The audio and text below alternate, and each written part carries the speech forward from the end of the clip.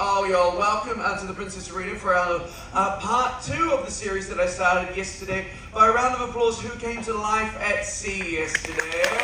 Oh, so many of you. If you didn't, don't worry, I said absolutely nothing of importance yesterday. But today we're moving on to part 2, where I get to bring out the most senior officer here on board the ship. And my boss's boss, the man that drives everything here on board the ship, including the ship as well. This is how it's going to be done today for about the first 25-30 minutes. I will have a structured interview, hopefully cover a lot of questions. Then after that, you will be able to ask the captain some questions as well. We'll have microphone runners, and it'll be a lot of fun. We look forward to seeing what sort of questions you would like to ask of the master of the vessel. But of course, this is Meet the Captain. I do need to introduce him, so I have a favor to ask when he comes out here, because he is, the big boss here on board the ship. I need you to cheer and scream and shout and make noise. I know it's 10:30 in the morning. I know, I get that, but as much noise as you can muster up, because he told me that if there's not enough noise, he's going to have to turn the ship back around, and we're going to go back for an. Wait, that might be a positive thing for many of you. So you're all All right, are you ready? Now, he is the master of this vessel, which means he's in charge of all souls on board. He drives the ship. Folks, he comes to us all the way from Scotland. Make some noise for your captain, Captain Craig Streets!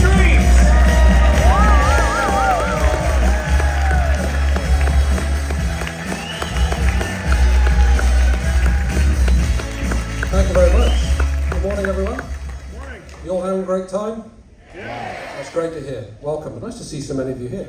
Oh, sorry, I haven't greeted you properly. He starts already. You know what he's like. Let me know if he plays any funny business, would you? Because he's got a reputation for that. I would never. I'm a very serious cruise director. I stick to facts only, right? How was his presentation yesterday? Most of it's probably not true. Be interested to see what you come back with during this one. All right, please take a seat. They did appreciate the picture of your cabin yesterday. They really did. I don't know what he's showing you. It's probably not true, as I say. All right, let's just pour some water there. Sorry, there we go. Right, let's first of all, Captain, you must have been a former model in a previous life, because look at that picture right there. Stunning. Look at that. I hate it when he puts this up. I love it. You're too modest, Captain. Look Talking about this, I was doing a Captain's Circle party. Last time I was on board, I'd just come back, and there was a lady came in through the doors with our most travelled guests, and she shook my hand and she said, "Are you the captain?" I said, "Yes." She said, "You look much better in your photograph." And if you look at that photograph, it's not a real compliment, so thanks for putting that up. It looks great. It looks fantastic. Look. What are you up to? I think this photo was used for Vanity Fair of the world's most handsome captain, right?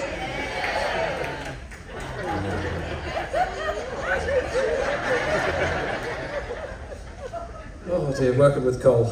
Keeps us on our toes. That's my job. So, again, Captain, we're going to sit you down and we're going to put you through a structured interview with me. Good luck. And then after, we're going to open up to questions to everyone out there. But first, I run a cruise directors intelligence agency here on board. Sorry, that's a contradiction in terms. Anyway, carry on. Oh, I see. Gloves are coming off today. All right, here we go.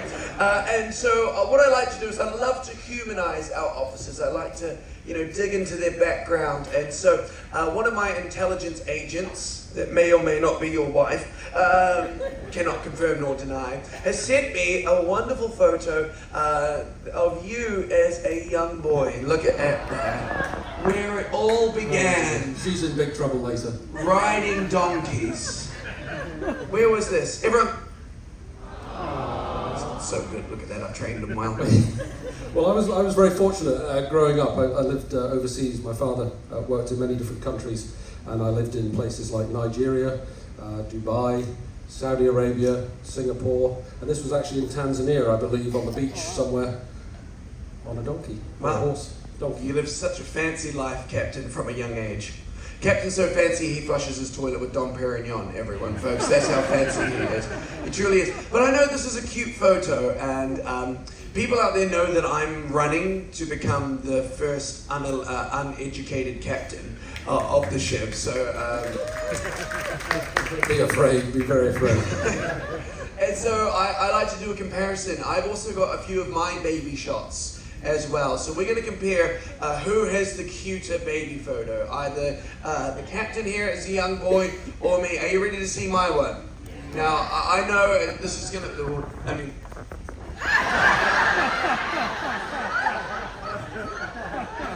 There's no competition, I don't think. You win hands down. Captain? Votes for captain? Votes for me. Okay, well look, I have a follow-up photo as well, so maybe this one does it for you. No? No?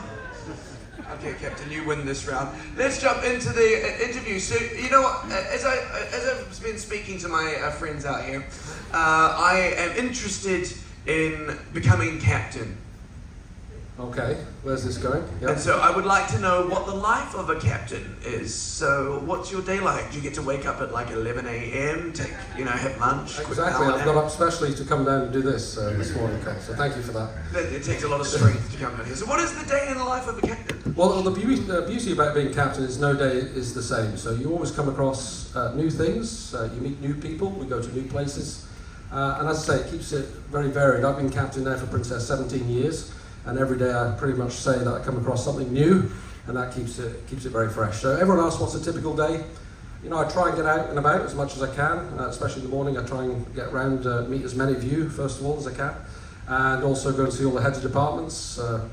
We have a very close working relationship with everyone on board. Running a ship of this size is a great team effort. It's not one person job, so communication is very much important in the role as a captain. So I go and I normally have a morning coffee with the hotel manager. I go and see the chief engineer.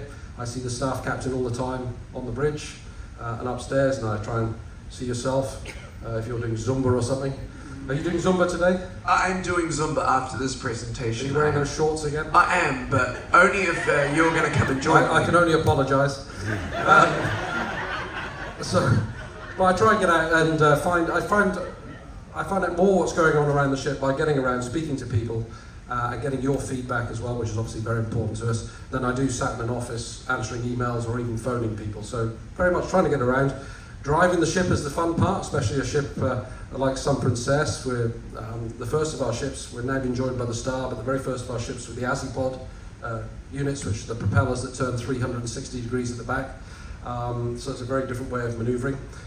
So that's the fun part of the job, but it only takes up a small role, about 10%. And people always ask me, especially when you see me walking around the ship, who's driving? It's normally not me unless something's gone wrong. I'm normally there when we come in and out of port, but otherwise I have a great team up on the bridge. But I'm sure you can ask me about that a little bit later on. Yeah. So when it comes to driving the ship, folks, what's amazing, this is a next generation vessel, right, Captain? So the captain doesn't really need to be on the bridge to drive it. He can actually drive it from his mobile phone on board. We have a special application, and the captain has told me one lucky person, you're all going into the draw. At the end of this presentation, one lucky person will have the opportunity to drive the ship for 1 hour. All you need to do after this is download the Sun Princess application on the iOS or Google Play Store. And yes, the password is I love coal. It's Captain's choice. I don't know why. We have changed that password, so. It's I love coal very much now. Captain, you did say 17 years as a captain, but how many years with the company in general? So I've been lucky enough, I've been here my entire career. So I started as a young 17-year-old cadet with the company way back in 1990. That probably gives my age away, I shouldn't have said that. So 35 years with Princess and 17 as captain. Wow, 35 years. Longer than I've been alive. Just He had to put that in, didn't he? Yes, I did. All right. So I like what I hear about the day life of a captain. You mentioned coffee, and there's a lot of paperwork, but I'm sure I can pawn that off to somebody else. So what is the path to becoming a captain? I'm interested. So it's a little bit of a long process. Lucky for us, Cole. So I started as a young cadet way back. I did 3 years training, and you come on board the ship. You do some periods at sea, and then you go back to college and backwards and forwards. You have to do a certain amount of sea time. And when you do come on board, you come on board with a record book, and that lays out all the tasks you have to perform, and you get those signed off as you do each one. You have a cadet training officer. You spend time in different departments as well. You know, being captain, you need to have a whole understanding of how the ship operates, not just on the bridge. So very much you work down the engine room for a couple of weeks. I even worked on the front desk for a week. No way. I believe answering questions. And what sort of questions did you get? We used to get some. I always remember one back in those days. Now we have this wonderful eatery and the buffet area. But back in those days, many of you will probably remember this if you sailed with us for a long time. We didn't have any buffets. We used to set up a midnight buffet in one of the dining rooms. Some of you remember those? Yeah, some do. And I get asked the question, what time does the midnight buffet start? So what did you answer? So I used to tell them 11:30. But so we used to get some questions, but no, I did work in all those departments. And then you go back, after the 3-year period, you go back to college. You do many written exams. It's not just navigation. I did, I think it was 20 subjects in total. So there's meteorology, I had to do signals, so I had to send Morse code by light and everything else. I did ship structure, engineering. So there's a whole variety of things which you get examined on. And you also then sit before an examiner one-to-one, and he or she can ask your first certificate of competency. It's called a Class 3, and that enables you to sail as third officer. Wait, we're only at third officer? Only a third officer. See, I did tell you, how long have you got? Okay, carry on. So then third officer, another 2 years at sea, another year at college, you do your next ticket, you get your Class 2, enables you to sail up to second officer and first officer, and then you do your final set, which is called your Class 1 after a period at sea and college, and you get your Class 1, which is a master's ticket. Once you get your master's ticket, it took me from the start of my cadetship to getting my captain's license, it took me 9 years. And then after that, you don't just automatically get promoted to captain. Well, these days we have Amazon. So we can probably get Is that where you're planning to get That's your where I'm license? going to get my license from. Okay. Amazon Prime, deliver in 2 days. I hope they charge you a lot of money. Alright, okay, so you got your master's ticket now.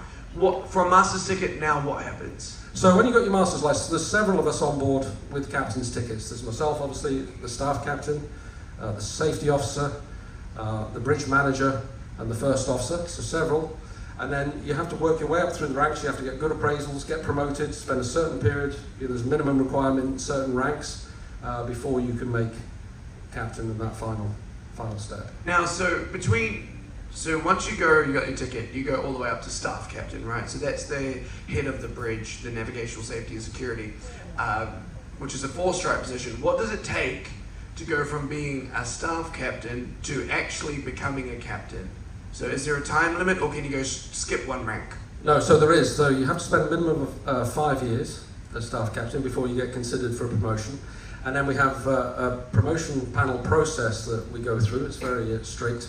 So first process in that is the shoreside panel asks all the executive officers on board. So as I say, being captain of a ship, you have to get on with everyone. You have to have a good understanding of the whole ship operation. You have to be able to cooperate and coordinate and communicate with everyone. So they go to the hotel general managers, they go to the chief engineers, as well as asking the captains for our opinions.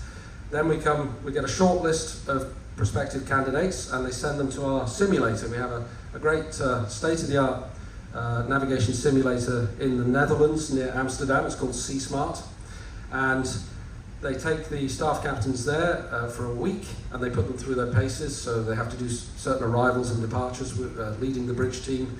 They throw emergencies at them, everything else, and at the end of that, they see how they do, and then the panel meets again, and they decide who's going to go and be finally promoted to captain. So it's a very strict process. I think I'm going to stay as cruise director now. I think that might be an easier There's a huge collective sigh of relief. I promised them I'll take them anywhere they wanted to go if I became captain. I did. Perfect. Yes, I think that's how it works, not entirely sure. Okay, so people are naturally curious about safety and security. I've had a lot of questions about it this cruise, actually. So I have a few questions to ask. So the first question I was asked from a guest was this: Captain, do we have a brig or jail here on board? And the guest would like to know how they get to visit the jail. Visiting's pretty easy. People misbehave. No, we don't have a brig anymore. We did when I first joined the company, we used to have a brig where we would lock up naughty people, Cole. But we don't do that anymore. We'd like to think people have come away on a cruise holiday vacation to have a good time. So we don't normally have too many issues. If we do have issues, then we obviously have procedures to deal with those, but no brignac. Okay, good. And the next one, guests interested in pirates as well, and what we do if there's a pirate threat. Arr, pirates. Pirates of the Caribbean. Yes. Yeah, no, there's no such thing here. We don't have too many pirates in the Caribbean. On smaller boats, we're a little bit concerned, on yachts and so on, but on these size of ships, not in this area. But there are, believe it or not, in some areas of the world, we still get pirates. Some places in Asia, obviously the Gulf of Aden, the Red Sea, in the Middle East, especially at the moment, the world's a little bit volatile, so we do track those areas. We do have security levels. We have a security officer on board and a great team. You've probably seen them at the gangway. But we also have a great team ashore, a security team who are in liaison with the FBI, all the other people around the world with their various intelligence agencies. And so we get good information. We set our security level. We like to sail in security level 1, which is the lowest level, which is where we are at the moment. If things get a little bit more exciting or spicy, then we got to level 2, and level 3 is the highest. We do go through some areas of heightened security. We're not doing so at the moment as much. About 10 years ago, I was on the Majestic Princess when she first came into service, and down through the Suez Canal, up into Dubai, and so on. And when you go through those areas which are known for piracy, off Somalia, and so on, there's a very good team ashore run by the various governments, the British Royal Navy, the American Navy, so they all coordinate together and they have a team that looks after people transiting those areas. So if ever you do go through an area of piracy, it's very well looked after. You have to do a piracy drill beforehand, and we involve all the guests in that as well. You go through, normally in those areas in daylight, you go through at high speed. What they've shown is if you're going above 14 knots, then the pirates are not interested in boarding you, it's too dangerous. So you go through at high speed in a convoy, and normally with the warship escort. So we do certainly, sometimes go through those areas, but it's very, very well regulated. And then the last question I got from guests is, how do we prepare for emergencies on board? Because fighting a fire, for example, on board a ship would be very different to on land. There's no fire truck coming to get us at sea. Well, that's it. So we have to look after ourselves. So things are very well structured and prepared. First of all, we don't want any incidents to take place in the first place. So we like to think all our safety systems and procedures are very good. But we also do have, we practice and drill on a regular basis. We do our main crew drill, which involves the whole ship's company every 2 weeks. But on top of that, we're always doing exercises. There's 2 other separate drills going on today with the technical and the deck teams. So we're constantly preparing for emergency. If it does arise, we like things to be dull. We don't like excitement, so we don't want it to happen in the first place. But if they do, we have all sorts of checklists in place and procedures so that we can put those into place. Very good, great. The next one, the challenges and rewards of being a captain. So first of all, what are some of the most challenging situations being a captain on board a cruise ship, especially a mega ship like this, where we have we can go up to almost 5,000 guests, 1,600 crew members. That's a lot of people on board that you have to look after. It is a lot of people that we're responsible for. I like to think we're a big team on board, so collectively, ultimately, I have the final responsibility. But you need to rely on everybody on board, down to every single crew member, which is why we do the drills so often. So forefront of everything we do is regarding safety and the environment. So that's all running in the background. Hopefully you don't see too much of that. You're here to enjoy yourselves, and it is running in the background constantly.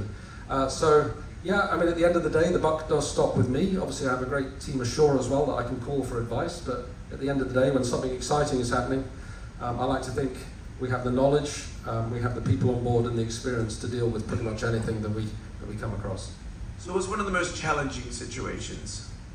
So we always, you can have fires, or say we're our own fire brigade. We have we actually have better equipment on board than a lot of the fire services ashore. So whenever we include them in our drills when we are in port, they always come on and they're always envious of the equipment we have. So we've got great equipment to deal with things, as I say, drills all the time. So fires is always a real concern.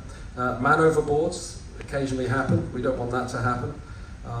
So yeah, there are a few concerns. Some wind as well? Yeah, wind on a ship this size.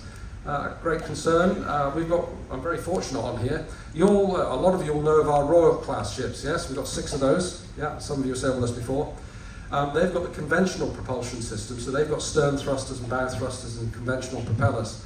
And they can hold a beam wind of around 24 knots of wind. So it's about 28 miles an hour with the power they have. Because we've got the Azipods on here, we're slightly bigger than Royal class ships, but with the Azipods and the bow thrusters we don't have any stern thrusters, we can hold 38 knots of wind. So we have a lot more power ratio. There's a lot of this ship out of the water. We get affected greatly by the wind, so coming in and out of port, we have a lot of power. I always say with power comes great responsibility.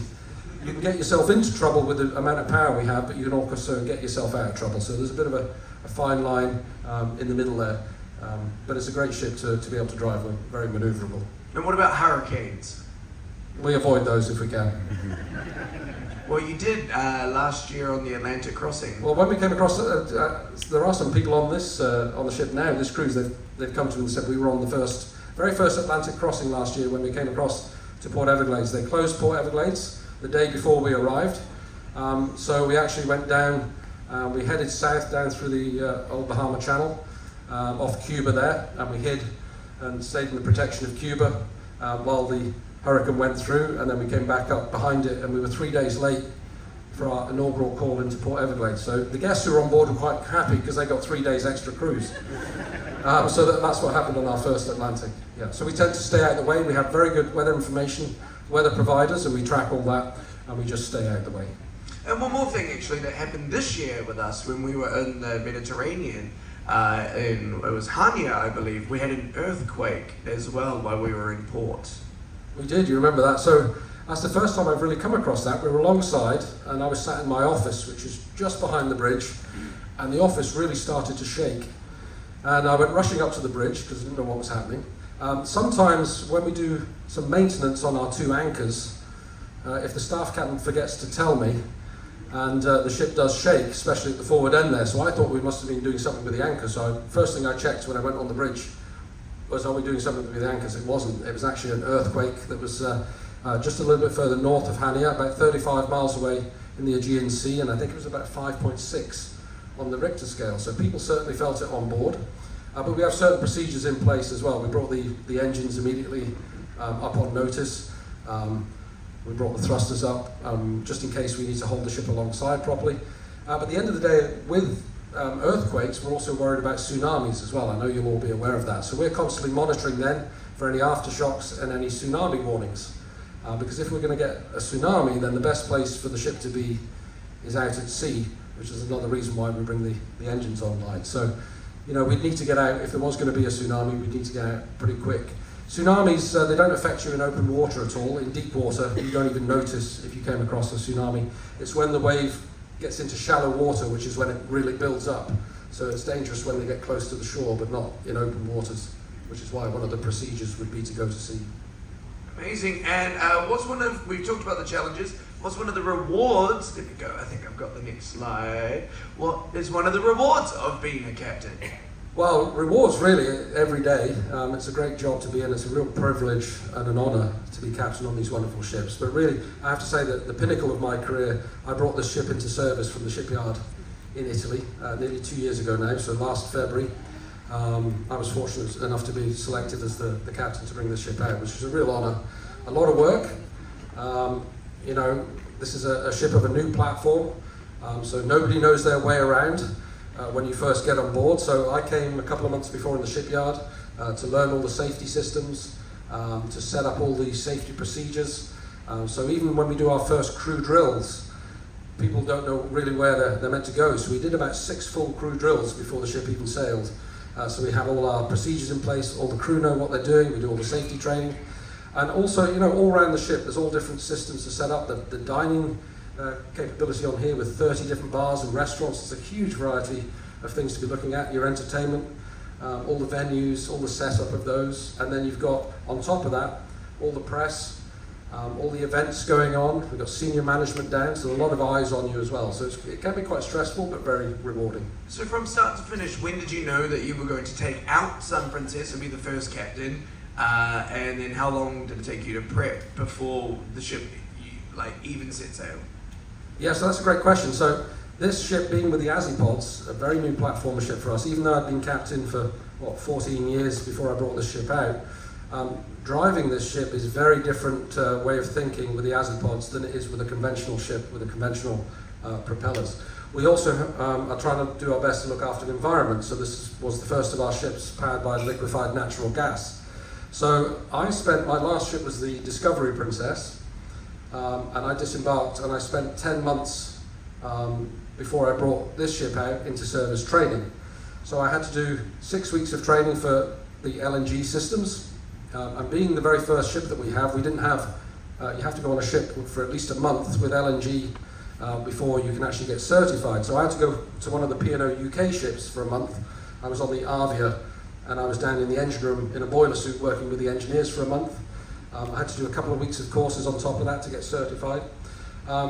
Also with the Azipods as well, I had to discover a new way of thinking and driving. So I spent about 5 weeks at our simulators in Amsterdam. We had the ship model from the various sea trials the ship had done, so we knew how the ship would react.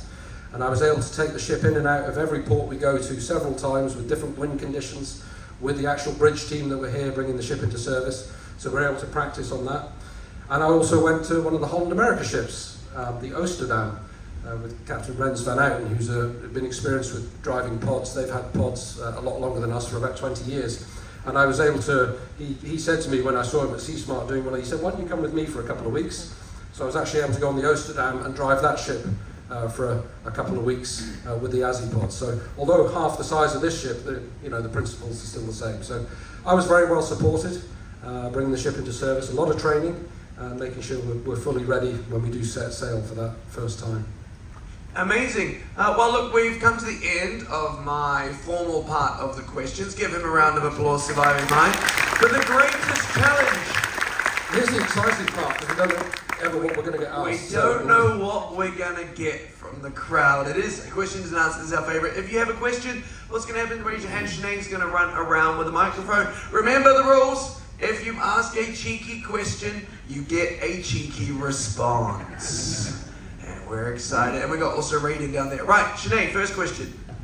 First, thank you. Delightful. And what a charming man you are. Even with cold. Well, thank you. Can you tell my wife when you see her? First of all, are you flirting with the captain and then throwing me under the bus? I thought what we had was special. Captain, what do you do on vacation? So, that's a good question. I don't go near ships. No, so my wife and I, my wife's Canadian. We did live, we've been married, 18 years now. We did live near Vancouver for the first 5 years we were married. Now we're back in Scotland. And a couple of years ago, we bought an old house south of Edinburgh in the Scottish borders. It's 160 years old. So I'd like to say, my wife keeps telling me, when are we going to go on holiday? At the moment, we're spending all of our money and time on the house. So she's always asking me, when are we going to finish with the house and go on holiday? Actually, I did just join, and we had a nice couple of days in Port Everglades, and I said, there you go, dear. So we had a nice couple of days on the beach in Port Everglades. Where did you take her to dinner for a lovely vacation? Well, she's a very lucky lady. So we ended up, we watched the Star Princess sail, and we were sat on the beach restaurant there in Hooters, having chicken wings and burgers. There's no better place. So she was absolutely thrilled with that. It's the first thing she told me. I do have a couple of hobbies. So I like to play golf if I can. I like to say I try. I call it gardening more than golfing because I'm so much in the rough. But coming from Scotland, home of golf, I try to play golf. Up until a couple of years ago, when we bought our house, we did have a sailboat, which we sailed across the Atlantic 3 years ago, my wife and I. Just casual. So we did that. And I also have a private helicopter license as well. Of course you do. Thank you, Bob. And tomorrow he's going to be climbing Mount Everest. So just keep that in mind as well. Aren't you just... And here I am telling jokes for a living. Okay. In the middle. Oh, sorry, we got one shouting out from the front. All right, he's cutting in front of the line. All right, we'll entertain this one.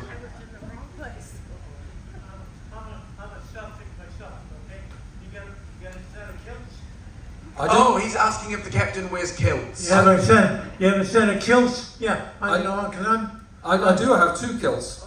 One I wear to the rugby, and then one I use for more formal occasions. It's a pity So Scotland. I'm a big rugby fan. Yeah, it's a pity Scotland. Yeah, I shouldn't bring that up because New Zealand just beat Scotland a couple of months ago, and I was at the rugby.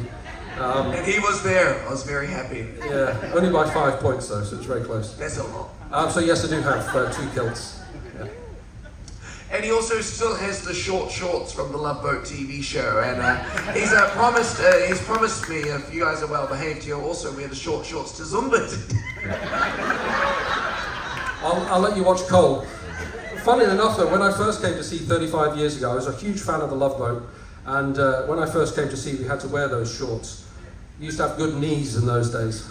Yeah. He's a former knee model for Hollister and Abercrombie and Fitch. Yeah, that's right. Okay, the next question. Okay, let's go back to the. Yeah, okay, great. Is your room big enough for the whole family? And if your kids are with you, how did they go to school? Did you not hear my presentation yesterday? He's got 5 bedrooms, a master suite, and a throne room as well. But now I want to hear from the cat. So, although I'm married, we don't have any children. I've got 2 cats, which I very much love and adore. So I've got 2 rescue cats at home. Don't worry, we haven't neglected them. My wife's travelling this cruise. She's on for 3 weeks. She can travel. We're very fortunate. She can travel anytime she wants, and the company even pay for her flights, which is very nice. So we're well looked after. The cabin is nice. Nothing probably compared to what he's shown you. It's not like that at all. But we're okay. We're well looked after. So. Wow, so modest. All right, next question. Can you tell me any more secrets that can come out over it? Because we tried to sneak in yesterday, but he wouldn't let us. So if you've got anything you want to tell me about what he said yesterday, that's appreciated. You can always come up to me afterwards as well. Oh, you know, I spent the whole presentation confessing my love and admiration for you to these guests for an hour and a half. Right? I doubt it very much. I was wondering, what are some of the trickiest ports for you to sail into?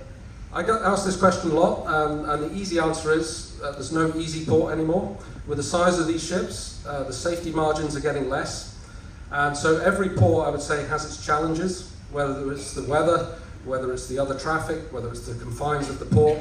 So really, that's why it's great to be on the ship where we have so much power to look after the wind or the currents or anything else. So I wouldn't say there's a really difficult one. I've spent a lot of time in Asia. Over the years, I spent about 8 years going in and out of Shanghai, which is one of the busiest ports in the world. It's quite a long run up to the berth as well, about 5 hours each way from the pilot station, and really a lot of traffic as well in the Yangtze River. So that's one of them. But there's lots of tricky ports. San Francisco is another one, with the amount of current you get there. So we always try and time the ship's arrival on, towards slack water when you don't have as much current, which is why they put Alcatraz there. So they wouldn't have any escapees because of the strong current. So that's another tricky one, but there's lots around the world. We're from San Francisco. Any chance of getting one of these Spirit-class ships there? Well, Star Princess is now debuting here. I'm not sure but she might be programmed to go to San Francisco. I haven't looked, but she is going up onto the West Coast. She's going to go through the canal at the end of this first season here in the Caribbean, and she's going to go up the West Coast and up to Alaska. So I'm not sure, I can't tell you exactly if San Francisco's on the port call, but it could be. I've actually done the simulation runs for one of these ships going into San Francisco, so we have looked at it to take these ships in there. Yeah. Yes. So you mentioned that your wife is from Canada. So my question for you is this: would she rather sit with you when you're parallel parking a ship or parallel parking a car? Now I have to be careful, she might have snuck in, so I need to be careful what I say. I do, see, we have this agreement, not that she likes it very much. We have this agreement, I drive for 6 months a year on the ship, so she tends to do most of the driving at home. But she's a very good driver, I have to say that in case she has snuck in. So, yeah, I mean, driving a ship this size, we go into some tight spots, but then, again, everything is done by camera on the bridge. We can't actually see the side of the ship from the bridge wings, so everything is done by camera. We've got cameras everywhere. We also have people on stations fore and aft, so that we can keep an eye on things. And the officers with the radios on each end, they're giving us clearing distances as we go. So very much, as with everything on board the ship, very much teamwork. Yeah. Oh, Captain, you said you go around the ship asking for suggestions or getting input. I've been been on a lot of Princess cruises, so for first-time cruisers, they're not going to know what I'm talking about. One of the things that we were so looking forward to was, the thing that we were so looking forward to were sea days at 3 o'clock, the tea. Right? They had such good scones. I've been on every cruise and we've had a tea until this ship. So that was very disappointing.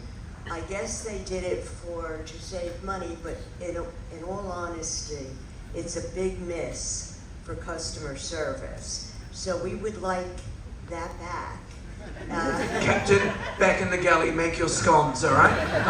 I'm very partial to scones as well, clotted cream and what have you. So I do certainly take on board what you're saying. I believe afternoon tea has just been introduced on Star. I might be mistaken. Yes, and someone that can actually answer your question will be here right after this, because I see the food and beverage director just out there. Unfortunately, the captain's not the person to ask the scones question to. Certainly take it on board, and I will pass it back. But I think we've got Maria here, so Oh, is she going to come up? she's going to stay here as well at the end. I see her just popping her head in, and she'll be able to answer that definitely for Well, you. we have. Okay, thanks, Maria. Just in the nick of time, you see. Okay, next question. Yes, sir. In all your years of captain, what was the worst situation you had to manage?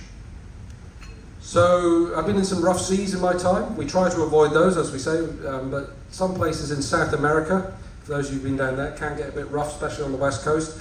I was on the Star Princess quite a few years ago before I made captain, so it's probably about 18 years ago. These ships are obviously built for very high seas. We don't like to do that because passenger comfort is very much what we're looking for, and to look after all of you. But I was in, once we poked our head out, we were going northbound towards Valparaiso on the Star Princess, and we were in 15-meter seas, which is about 45 feet. So that's the highest seas I've been in, which is a normal question I get asked. It's a lot of fun for us. I love rough seas, Captain. It's like a free roller coaster. It truly is. Most people here probably disagree with you. No. The ship's very quiet. I remember we did rough seas once, and we were doing a show that night, and I came out here and there's only 10 people in the audience. I greeted them all by name. I said, "Hi, welcome to the show." It's amazing. It's very smooth with the Azipods. We don't notice much vibration or anything on board, so it's great. All right, next one. You talked about knots, but I don't know what that is. I know about feet. 1 to 5 is good for me. Over 5 is a no-no.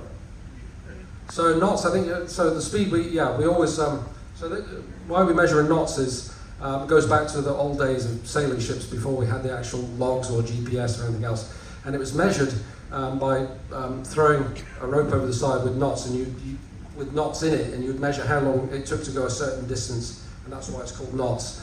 1 knot is 1.15 miles an hour, so our maximum speed is about 21.5 knots, which is about 24 miles an hour. That makes sense? So if you times a knot by 1.15, you get the miles per hour. Or you can use ChatGPT. Far easier these days. Yes.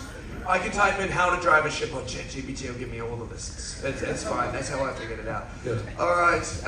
Yes, next. Okay, good morning. I just want to say, given the complexity, given the amount of systems, technology, everything that's on board here, what we don't see and what you guys do behind the scenes is incredible to keep this ship running the way it is. Well, thank you, and that's very much appreciated. We are the next generation ship, and there's lots of systems going on behind, as you say, behind the scenes, and a lot of knowledge, the engineers with all the systems and so on. Yeah, so that's very much appreciated. My question is this: in 2012, there was a ship that run aground, and it was due to a miscalculation by a captain.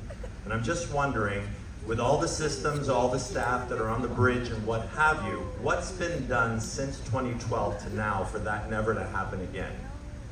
So first of all, I'm not going to mention the gentleman's name. I call him a gentleman. It's like a swear word. There's been so many things happen since that incident at sea. But even still, at that time, there were a lot of procedures in place that should never have happened. So I think that was down to personalities, really. Separate personalities on board and so on. We have moved on a long way from there. We have very great procedures on the bridge, and all of our officers go back to Sea Smart every couple of years. They go for a couple of weeks for training, and we refresh ourselves. I have to go back every so often as well. But we do have great bridge team, what we call bridge resource management on the bridge, and it's the same as the airlines. We follow very much what the airlines do. So we don't have so much a rank-based structure on the bridge anymore. We have a role-based structure. And I like to think that my management style is open enough on the bridge that any officer, right down to even the lookout, can say something to me if they spot something or they don't think I'm doing it right, that people can tell me. Because as we know, human nature, we don't get it right all the time, and I make mistakes as well. So we very much rely on the team and the way we operate as like a safety net to pick up anything that we're doing wrong. So if I'm driving the ship into port, I'm going to drive in tomorrow morning. All the other officers get a good chance as well. The staff captain does a lot of driving. When you're in the role of navigator, which it is, you rely on the team around you. You're supported by a co-navigator. You have an operations director, which is overseeing everything that's happening. So he or she can step in at any time if they feel it's not going as per the plan. We also have an administrator on the bridge who looks after all the fire alarms and smoke detectors. We normally have a local pilot who has great local knowledge, although they don't take control of the ship. We still have responsibility for that. So sometimes the pilot takes the con of the ship, and they probably will tomorrow morning driving in. I'll do the initial pickup of the pilot. The pilot will take the con, and then once we're inside the channel, they'll hand the con back to me. I'll turn the ship around and back the ship up to the berth. So that's the way it works, but we're all very much a team, and we rely on input from all the team. We do a lot of briefings as well, and we do a lot of planning. So all the routes are planned well in advance. We have all sorts of safety corridors, safety limits. We do a briefing. I've got a briefing on the bridge at 4 o'clock this afternoon with all the deck officers and the engineers. We go through the entire next cruise, all the routes, where we plan to go, what speeds we plan to do, all the environmental limits and so on. And then before every arrival in port, so just after that briefing this afternoon, the team will then stay behind on the bridge and we'll do a briefing for arrival tomorrow morning. So we go through everything we plan to do. I'll do the briefing this afternoon as I'm doing the arrival tomorrow morning. I'll tell everybody what my plan is, what speeds I plan to be at certain points, and so on. And if we deviate from that, the other team members know, they know to speak up and say, Captain, we're outside the parameters you set. So it's all very, very well structured. We have an abort position before we make our entry into port. We go around the entire bridge. We make sure every single person's happy. We check with the engine room that they're happy. Otherwise, we don't go in. So everything is very well structured, and I like to think that situation, well, first of all, that should never have happened way back in those years, but certainly in these day and age, it should never happen. Okay, we got time, looking at the old clock on the wall, for 2 more questions, and then after we do have some of our other officers out there. If you have any other questions, they will be there to answer them as well. Okay, second to last question over here. You briefly answered my question, but my question has to do with the pilots that I see coming in at each port of call on small boats, and they board. This ship being so advanced and sophisticated, obviously the pilot is not running it, but what does the pilot, or what advantage is the pilot to you when you come into a port of call? And do you know them personally, and also what kind of background do they have? So first of all, the background that they have, a lot of them have been captains at sea before, whether it's on cruise ships or it's on tankers or something else, so they do have very good knowledge. They have great knowledge, the pilots in each port, of the actual ports themselves, and they're normally pilots for one, or they can be for a few ports, but they're really an integral part of the team. Yes, we have got great systems on board, but very much safety is paramount. We could probably, I know we could take this ship into all the ports we go to quite safely without a pilot, but it's great to have them on board as local knowledge. They know what the weather's going to do at certain times. They know what the traffic's doing. They speak to the local authorities, the linesmen. So, they know where the currents are going to be and so on. They don't know the ship so much, so we know how to drive the ship. They go on different ships every day. So it's very much input from the two of us. It's why we mostly do the docking. The only place on this cruise that they take actually the con of the ship is in Port Everglades. But otherwise, the other ports we've gone to, they just come on the bridge and they talk to us, and if they think we're doing something wrong or they have some advice, they'll let us know. But it's great to have them on board as part of the team, and as I say, they add to the safety and the safety net that we have so we don't have any accidents. All right, and the last question, all the way at I the top. have the last question. Before I come on this ship, I heard about the intention in Venezuela, and I was almost trying to cancel my trip. But it's on Caribbean Sea, right? We're not too close to them. Do you aware about the situation there? And because Trump is trying to get on the Air Force of the airplane, but I think it's getting nothing to do with the ocean, right? But we're close to them, so that's my concern. And I'm very sure as a captain, you are aware about this situation. And if we have any emergency, how are we going to handle it? But I was told some military retired person is on this ship. So I guess, the military people is here. So, we will not be attacked because our people is on this ship. So, but it does raise my concern before my trip. So, Absolutely. If you have any comments? Absolutely. So yes, there has been a build-up of U.S. military in. It's away from us, first of all, on this cruise. It's no way near us. It's part of our security monitoring. So I get security reports every day, and we are monitoring it. We don't go anywhere near that part of the Caribbean, off Venezuela. And even next cruise, if any of you are staying on, again, we're nowhere near that. So rest assured, it's not going to affect us on either this or future cruises. But we do monitor that kind of thing closely. I know it's more towards if the ships are going to Aruba or Curacao, which we don't do on this ship. So some of the other ships are looking at it. I know one of the Royal Caribbean ships, I think they cancelled yesterday, going down there for that reason. So very much we are looking at it. I know we've got lots of military veterans on board, and it's great to have you on board with us. But really, we're not in any part of that world, so we don't need to get concerned about it at all. But that's a great question. Right, a wonderful mixed bag of questions. Folks, please put your hands together for our captain over here, giving us some of his time this morning. Thank you so much for coming out to meet the captain, folks. Enjoy the rest of your last days here on board. Again, if you have any questions, officers just out there and over this side as well. They'll be happy to answer your questions. But from Eco, your cruise director, bye guys. Please enjoy.